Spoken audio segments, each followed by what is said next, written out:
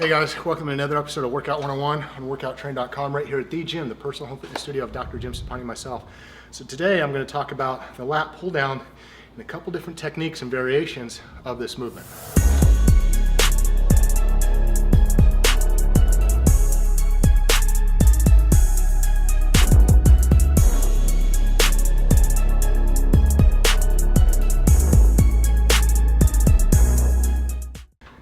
Okay guys, so if you saw in the video, I was doing a lat pull down, and there's a couple different ways that people do them, but it's just really important that you understand the technique behind it. First of all, if you've seen some of my other videos where I've talked about the lat pull down, the best position to be in to really target the lats in a vertical movement, both up and down, is to position the body to where it can move properly and put the most load and emphasis onto those muscles that you're trying to hit. In this case, it's the lats. So remember, if you go ahead and protract your shoulder girdle forward, not to where you're hunched, but to where you protract it and expand your chest to where it's almost like you got, the wide lat syndrome. You've seen those guys, some of you might even be them. You kind of walk around, you got the air lats, right? That's essentially the position that you really want to be in when you're targeting the lats. The movement of this bar is hanging straight down. So you want to try and position your lats. This is your humerus bone, your humerus, which is responsible for the position that you want to go ahead and put your lats in. So when you flare your arm here, when you rotate it here, if you just do that, you can feel your lats, right? You can feel your lats expanding. If your arm's back here, you can't feel it as much retracted. So you want to move your shoulder forward like you're reaching with your elbow forward, and then rotate that arm back. And you can feel that your lats are expanded here in the contracted position, right?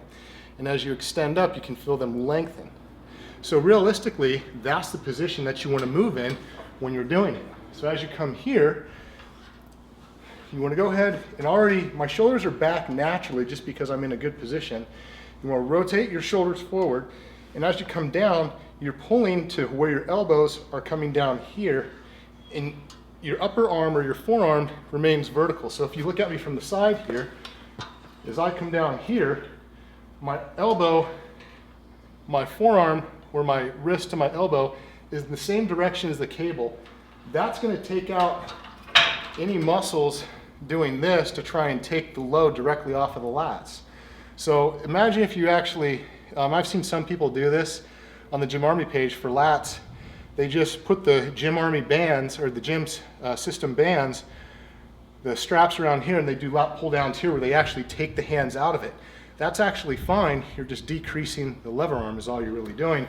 But that's correct though. You're actually taking this part out of the movement because this forearm part is really not responsible. That's one of the reasons why this false grip or the thumb over grip, not false grip, but this thumb over grip is recommended, where it's just a hook, because you want to take the forearms out of it. Now, the difference between that and this, to where some people come back here and they lean back a little bit and then they're pulling back to where they're bringing it back here. That's still targeting the lats, so it's still correct. What you don't want to do is where people do this, to where they almost use the momentum to kind of jerk the weight back, to where they're jerking and then pulling back and then doing this, coming up and moving. But it's okay to come back here and pull down as far as you can to where you're still targeting the lats. The only difference is as you lean back, the direction of the load changes. Because if you pull back here, you're moving your body in the position, the angle change between your elbow is no longer coming straight down here. It's coming back more, and you're leaning back to allow the bar to touch your chest.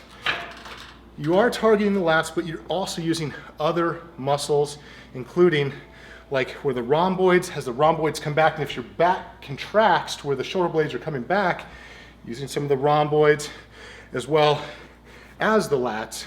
So you're still getting lat development, but the technique has to be correct. Meaning, as you come back here, you're just moving to let the bar pass you. So you're still coming down here, but you're moving back slightly. You're not jerking, so it looks like this. Come down and then lean back a little bit and extend up. Come down and then lean back a little bit. Come down and then lean back. The reason why you can lean back in that movement is because the bar travel is actually more than if you were to stay still and come here. I can't come all the way down. It's about as far down as I can come, is about to my chin. The range of motion is a little bit limited.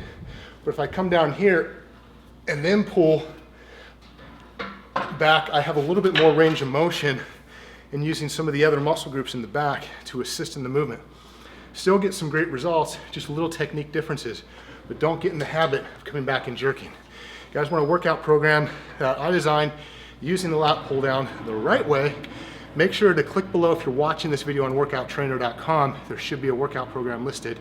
If not, make sure to ask me questions wherever this video is posted. I'll do my best to answer. Until next time, guys, this is Mike Mackerlin. Take care.